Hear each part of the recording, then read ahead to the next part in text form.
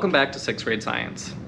In the last video, we ended our official discussion on electromagnetism. And towards the end, we started talking about electricity through the use of electric generators creating electricity, and then how transformers change the voltage or the amount of electricity.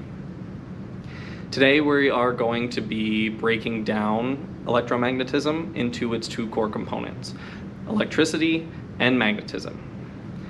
We're going to push magnetism off to the side for right now, and instead we are going to talk about electricity. Electric charge is a physical property of particles or objects that cause them to attract or repel one another without touching. All electric charge is based on the protons and electrons within an atom. So within an atom in the nucleus, you have three different particles: protons, electrons, and neutrons. Protons, which start with a P, are positive. That's a good way to remember it. Protons start with a P, positive starts with a P.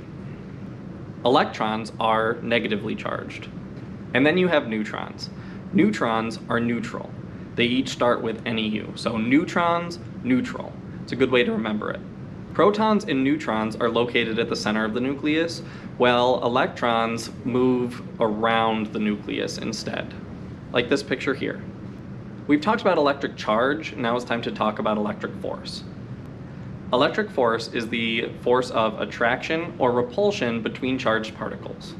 The strength of electric force depends on the amount of charge in the particles as well as the distance between them. Particles that are very strongly charged or are close together have a stronger electric force, whereas particles that have a weaker charge or are farther apart have a weaker electric force. Do you remember when we were talking about magnets a couple slideshows, videos ago? And I was talking about how the north side of a magnet would repel a north side of a magnet, and the same for the south side and the south side, and how the north side and the south side would attract one another. This is because opposites attract and like things repel. So the same goes with electrical charge. You have your positives and your negatives that attract one another, but your positives and your positives repel, and your negatives and your negatives repel. Remember, protons are positive, P proton, P positive, and electrons are negative. So because they're opposites, the protons and the electrons attract one another and come together. Wait a minute, didn't I say earlier that protons are found in the center of the nucleus together? But didn't I also just say that like things repel each other? So wouldn't protons and protons, which are both positive, repel each other? Yes, they do repel one another. Because they're positives, they don't come together. So how do they stay in the center? I'm going to use this parrot as an example, or to represent this for you. So imagine that this parrot has a proton up here and a proton down here, so both sides are positive. They're apart like this because they are repelling one another. Inside the nucleus, there are outside forces beyond electrical force. And those outside forces come in and they squish the protons together. So now my positive end and this positive end are a lot closer together. Because the parrot squished, it brings them closer together. The outside forces are stronger than the electrical force, which is what brings them together. So yes, you were right in thinking that the protons shouldn't be next to each other, but they do because they're being squozed together by the other forces. Talking about electromagnetism and electromagnetic induction, I kept referencing magnetic fields. And there's a solid chance that I've mentioned electric fields too, but we didn't really talk about them until right now.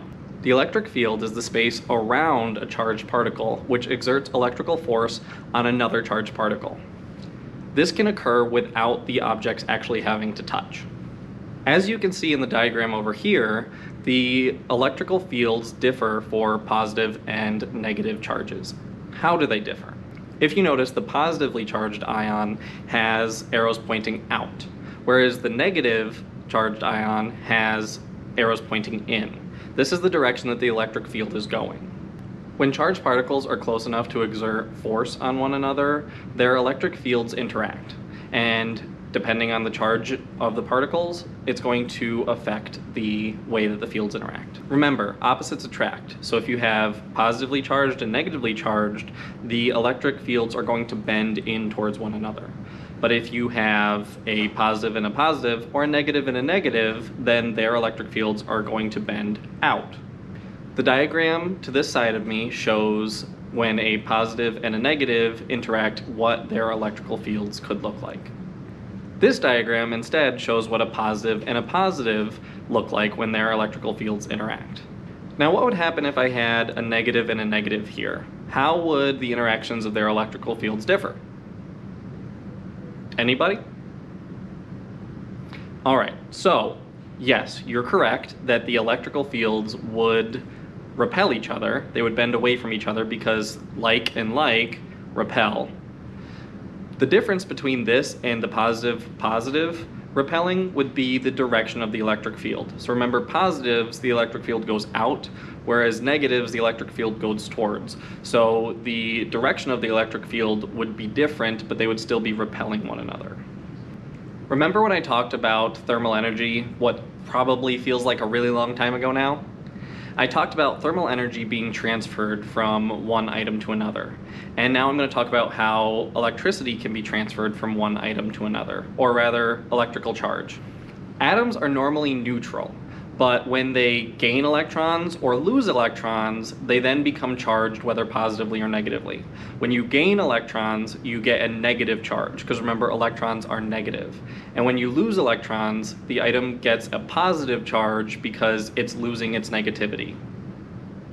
So loss of electrons means positively charged ion. Another name for this is a cation. And you can remember cations because cations are positive. Like a cat paw, get it?